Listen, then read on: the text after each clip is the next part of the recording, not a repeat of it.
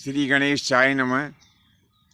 प्रिय बंधुओं, भारतीय सनातन जीवन पद्धति में हमारे ऋषि और मुनियों ने ऋतु के अनुसार खाने और पीने के नियम भी निश्चित किए हैं कि हमें किस ऋतु में क्या खाना चाहिए।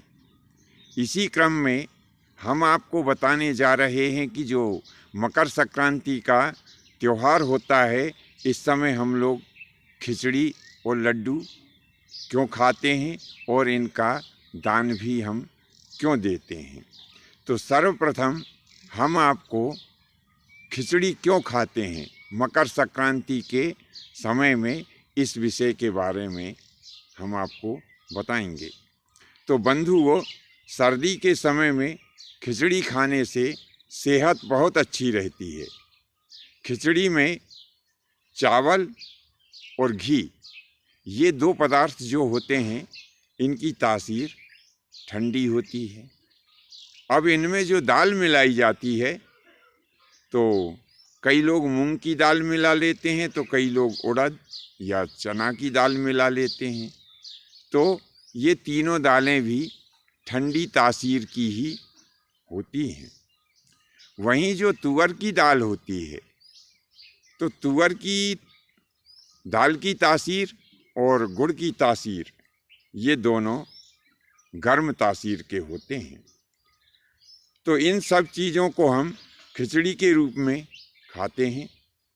इसमें गर्म और ठंडे का बड़ा ही सुंदर मेल हो जाता है, जो हमारे लिए एक सुपाच्य भोजन तो होता ही है, परंतु इन सब के साथ यह सब चीज़ें एक औषधि के रूप में भी काम करती हैं, जो हमारी सेहत के लिए बड़ी ही फायदेमंद होती है। अब इसी प्रकार से जो लड्डू बनाए जाते हैं, उनमें तिल और गुड़ ये गर्म तासीर के होते हैं, और जो घी मिलाया जाता है, इस घी की तासीर ठंडी होती है। ठीक कई लोग चावल के लड्डू भी बनाते हैं। तो ऐसे ही चावल और घी, ये दोनों ठंडी तासीर के होते हैं, और इनमें मिलाए जाने वाला गुड़ गर्म तासीर का होता है। तो इन लड्डुओं में बहुत सारी मेवाएं भी मिलाई जाती हैं। इनमें कोई मेवा ठंडी तासीर की होती है और कोई गर्म तासीर की होती है। तो यह जब मिश्रण तैयार करके और जब हम इसको खाते हैं, तो यह हमारे सेहत के लिए बड़ा ही फायदेमंद होता है।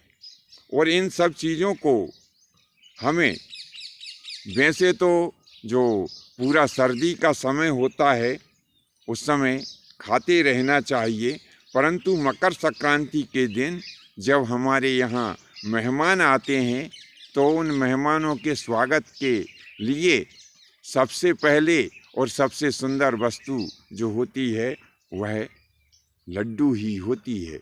इसीलिए मकर संक्रांति के समय में लड्डुओं का महत्व कुछ ज़्यादा ही बढ़ जाता है।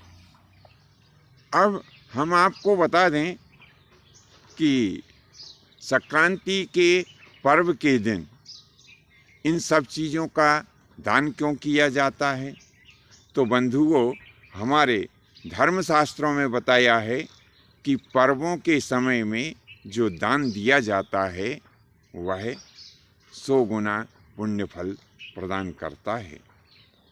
और मकर संक्रांति का पर्व हम सब लोग या तो तीर्थों में मनाते हैं या किसी पुण्य नदी के किनारे मनाते हैं।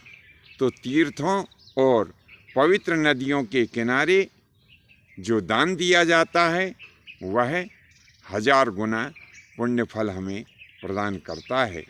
तो हम लोग इसीलिए विशेष करके मकर संक्रांति के दिन खिचड़ी, तिल बनाए जाते हैं तथा नाना प्रकार से जो लड्डू बनाए जाते हैं, इन सब वस्तुओं का दान हम मकर संक्रांति के रोज़ विशेष रूप से करते हैं। बंधुओं, आपको यह जानकारी कैसी लगी नीचे कमेंट्स बॉक्स में अवश्य लिखें। आज के लिए बस इतना ही। शेष फिर कभी नए विषय के साथ में आपकी सेवा में प्रस्तुत होंगे। आज्ञा दीजिए। धन्यवाद। जय माता की, जय परशुराम जी।